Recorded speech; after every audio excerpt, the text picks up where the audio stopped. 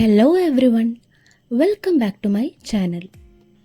ഈ അടുത്ത് ഞാനും മോളും ഹസ്ബൻഡും എൻ്റെ പാരൻസും തിരുവനന്തപുരത്തേക്ക് നടത്തിയ ഒരു ചെറിയ യാത്രയുടെ വിശേഷങ്ങളാണ് ഈ വീഡിയോയിലും ഇനി വരാനിരിക്കുന്ന 1-2 വീഡിയോസിലും ഉൾപ്പെടുത്തിയിട്ടുള്ളത്. നിലമ്പൂരിൽ നിന്നും രാജറാണി ട്രെയിനിലാണ് ഞങ്ങൾ തിരുവനന്തപുരത്തേക്ക് പോകുന്നത്. പിറ്റേ ദിവസം രാവിലെ അവിടെ ഒരു ഒഫീഷ്യൽ മീറ്റിംഗ് ഉണ്ട്. അത് അറ്റൻഡ് ചെയ്ത ശേഷം ഒരു കാറ് റെന്റിനെടുത്ത് കന്യാകുമാരി പോയി അന്ന് രാത്രി അവിടെ സ്റ്റേ ചെയ്ത് പിറ്റേ ദിവസം തിരിച്ച് തിരുവനന്തപുരത്തേക്ക് വന്ന് ചെറുതായിട്ടൊന്ന് കറങ്ങിയിട്ട് അന്നത്തെ രാത്രി ട്രെയിനിന് തിരിച്ചു പോരാനാണ് ഞങ്ങളുടെ ചെറിയ പ്ലാൻ. ട്രെയിനിൽ ഇതിനു മുൻപും യാത്ര ചെയ്തിട്ടുണ്ടെങ്കിലും അത് ഓർമ്മയിലില്ലാത്തതുകൊണ്ട് എസ്സ നല്ല എക്സൈറ്റഡ് ആയിരുന്നു.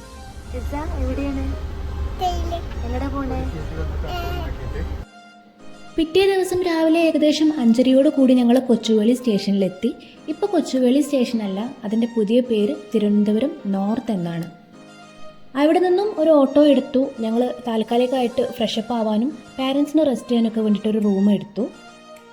പിന്നെ ബ്രേക്ക്ഫാസ്റ്റ് കഴിച്ച് മീറ്റിംഗ് അറ്റൻഡ് ചെയ്ത് കഴിഞ്ഞ ശേഷം ലഞ്ച് കൂടെ കഴിച്ചിട്ടാണ് ഞങ്ങൾ കന്യാകുമാരിയിലേക്കുള്ള യാത്ര തുടങ്ങിയത്. അപ്പോൾ ലഞ്ച് കഴിക്കാനായിട്ട് ഞങ്ങൾ അവിടെ അടുത്തുള്ള നീരാളി എന്ന് പറഞ്ഞൊരു റെസ്റ്റോറൻറ്റിലാണ് പോയത്.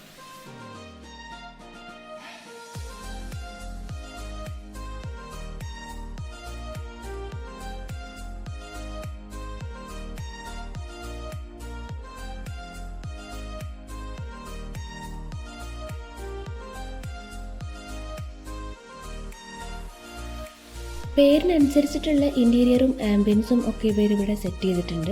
ലഞ്ച് ടൈം ആവുന്നതേ ഉണ്ടായിരുന്നുള്ളൂ, അതുകൊണ്ട് വലിയ തിരക്കൊന്നും ഉണ്ടായിരുന്നില്ല.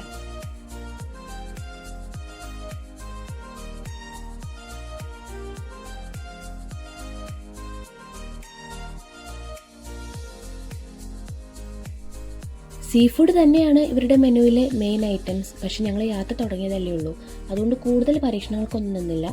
ബിരിയാണിയും മീൽസും മാത്രമേ ഓർഡർ ചെയ്തിട്ടുണ്ടായിരുന്നുള്ളൂ.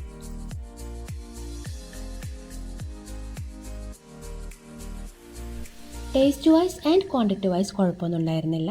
ഞങ്ങൾക്ക് ഫുഡ് ഇഷ്ടപ്പെട്ടു.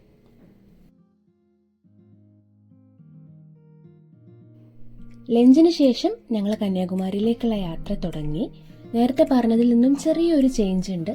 ചില ടെക്നിക്കൽ ഇഷ്യൂസ് ലാസ്റ്റ് മിനിറ്റിൽ ഉണ്ടായതുകൊണ്ട് ഞങ്ങളുടെ റെൻ്റ് കാർ പ്ലാൻ ഡ്രോപ്പ് ചെയ്യേണ്ടി വന്നു. അതിനു പകരം കാറ് തന്ന് സഹായിച്ചത് തിരുവനന്തപുരത്തുള്ള എൻ്റെ ഉപ്പയുടെ ഒരു ഫ്രണ്ടാണ്. സോ അവരുടെ കാറിലാണ് ഞങ്ങളിപ്പോൾ യാത്ര ചെയ്യുന്നത്.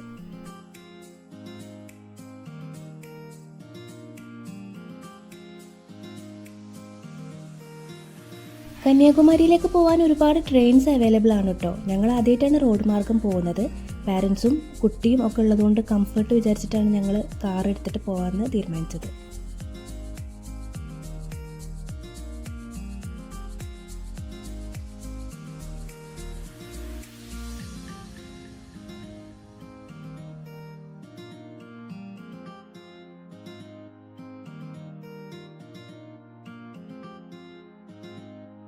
റോഡിൻ്റെ 2 സൈഡിലും നല്ല ബ്യൂട്ടിഫുൾ ആയിട്ടുള്ള സീനറിയാണ് ഉണ്ടായിരുന്നത്. അതുപോലെ തന്നെ പനനുങ്ക്, ഇളനീര്, റോസ് മിൽക്ക്, റോസ് ഷർബത്ത് ഒക്കെ വിൽക്കുന്ന ഒരുപാട് പേര് കണ്ടു.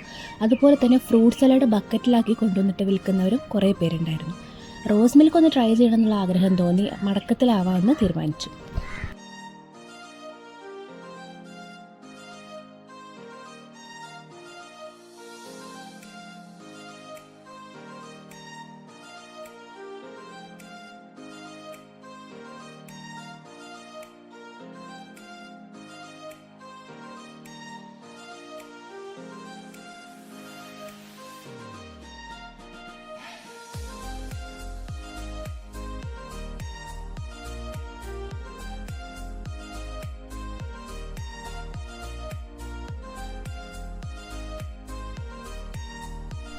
ഏകദേശം 3.5 മണിക്കൂർ യാത്ര ചെയ്തിട്ട് 4 മണിയാവാനായപ്പോഴാണ് ഞങ്ങൾ കന്യാകുമാരിയിൽ എത്തിയത്. നേരത്തെ തന്നെ ഞങ്ങൾ booking.com വഴി ഒരു റൂം ബുക്ക് ചെയ്തിട്ടുണ്ടായിരുന്നു. നേരെ അവിടെ പോയി ചെക്ക് ഇൻ ചെയ്ത ശേഷം സൈറ്റ് സീയിങ്ങിന് വേണ്ടിയിട്ട് ഇറങ്ങി. റൂമിൻ്റെ ബാക്കി ഡീറ്റെയിൽസും റിവ്യൂവും എല്ലാം ഞാൻ നെക്സ്റ്റ് വീഡിയോയിൽ അപ്ലോഡ് ചെയ്യുന്നതായിരിക്കും. കന്യാകുമാരി ടൗൺ പഞ്ചായത്തിലേക്ക് എൻട്രൻസ് ഫീസ് ഏർപ്പെടുത്തിയിട്ടുണ്ട്. കാർ ആയതുകൊണ്ട് 50 രൂപയാണ് ഞങ്ങളുടെ കയ്യിൽ നിന്നും വാങ്ങിയത്. ഒരു ദിവസത്തേക്കാണ് ഈ ഒരു ഫീയുടെ വാലിഡിറ്റി എന്ന് പറയുന്നത്. ഇതൊക്കെ കന്യാകുമാരിയിലെ ടൂറിസ്റ്റ് അട്രാക്ഷൻസിൽ പെട്ടിട്ടുള്ള സ്ഥലങ്ങളാണ്. Wax museum, church of our lady of ransom ഒക്കെ. പക്ഷെ ഞങ്ങളിപ്പോൾ പോകുന്നത് കന്യാകുമാരി ബീച്ചിലേക്കാണ്.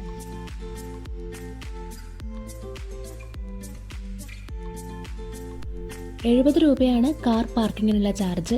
അത് കൊടുത്ത് ഇറങ്ങി നടക്കുന്ന വഴിയിൽ നമുക്ക് കാണാൻ പറ്റുന്നത് ഈ ഒരു കാഴ്ചയാണ്. ഇതെനിക്ക് ഭയങ്കര നൊസ്റ്റാൾജിക് ആയിട്ടുള്ളൊരു സീനാണ് കേട്ടോ. കാരണം എൻ്റെ ചെറുപ്പകാലത്ത് വീട്ടിൽ ഇത്തരത്തിലുള്ള ഒരുപാട് ഷോപ്പീസസ് ഉണ്ടായിരുന്നു.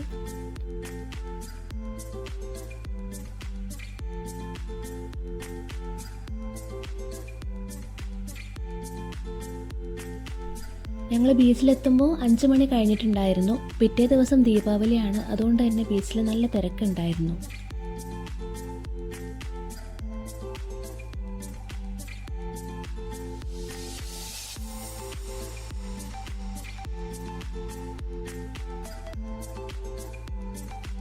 ഇവിടുന്ന് ബോട്ടിംഗ് ചെയ്യുക എന്നുള്ളതായിരുന്നു ഞങ്ങളുടെ കന്യാകുമാരിയിലേക്കുള്ള ട്രിപ്പിൻ്റെ മെയിൻ ഉദ്ദേശം എന്ന് പറയുന്നത്. പക്ഷേ ബോട്ടിങ്ങിൻ്റെ സമയം തീർന്നിട്ടുണ്ടായിരുന്നു. അതുകൊണ്ട് പിറ്റേ ദിവസം രാവിലെ ബോട്ടിങ്ങിന് പോകാമെന്ന് വിചാരിച്ചു.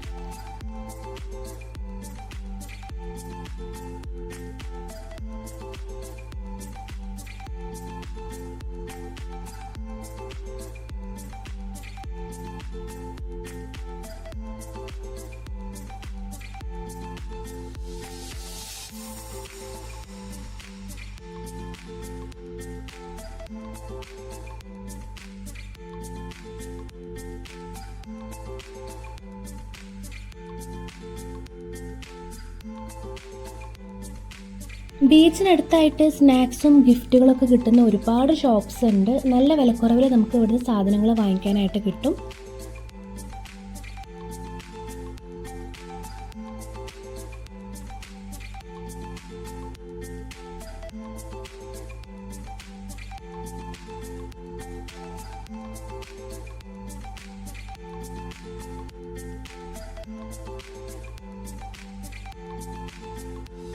സൺസെറ്റ് കഴിഞ്ഞ ശേഷം ഞങ്ങൾ അല്ലറ ചില്ലറ ഷോപ്പിംഗ് ഒക്കെ ചെയ്ത ശേഷം അടുത്ത സ്പോട്ടിലേക്ക് പോയി.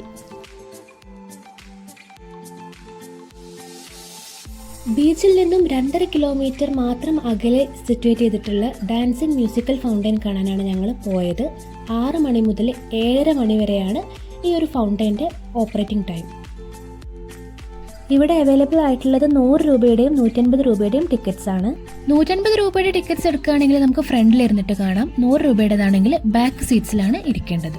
ഡാൻസിങ് ഫൗണ്ടൈൻ്റെ ഭംഗി ശരിക്കും മുഴുവനായിട്ട് കാണുന്നത് ബാക്കിൽ ഇരുന്ന് കാണുമ്പോൾ തന്നെയാണ്. അതുകൊണ്ട് 100 രൂപയുടെ ടിക്കറ്റ്സ് തന്നെ എടുത്താൽ മതി.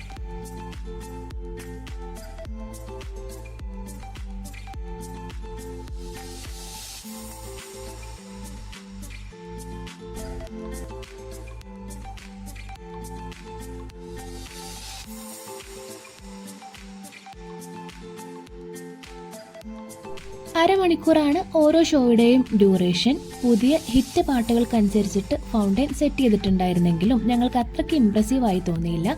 കാരണം ഒരേ സ്റ്റെപ്പുകൾ റിപ്പീറ്റ് ചെയ്ത് വരുന്നുകൊണ്ടിരിക്കുകയായിരുന്നു. അരമണിക്കൂറൊക്കെ കണ്ടു നിൽക്കുമ്പോഴത്തേക്ക് നമുക്ക് ബോറടിച്ചു തുടങ്ങും.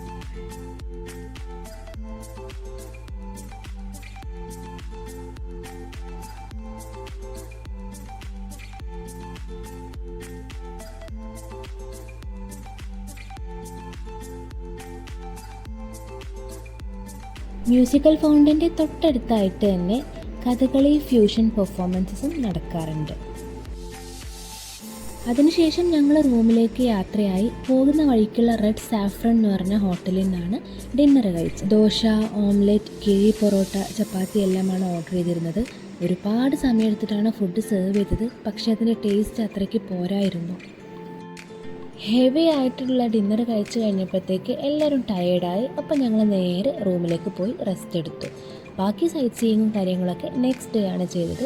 സോ ഈ ഒരു ട്രിപ്പിൻ്റെ സെക്കൻഡ് ഡേയുടെ വിശേഷങ്ങളുമായിട്ട് അടുത്ത വീഡിയോ ഉടൻ തന്നെ അപ്ലോഡ് ചെയ്യുന്നതായിരിക്കും. Till then keep supporting. Thanks for watching. By.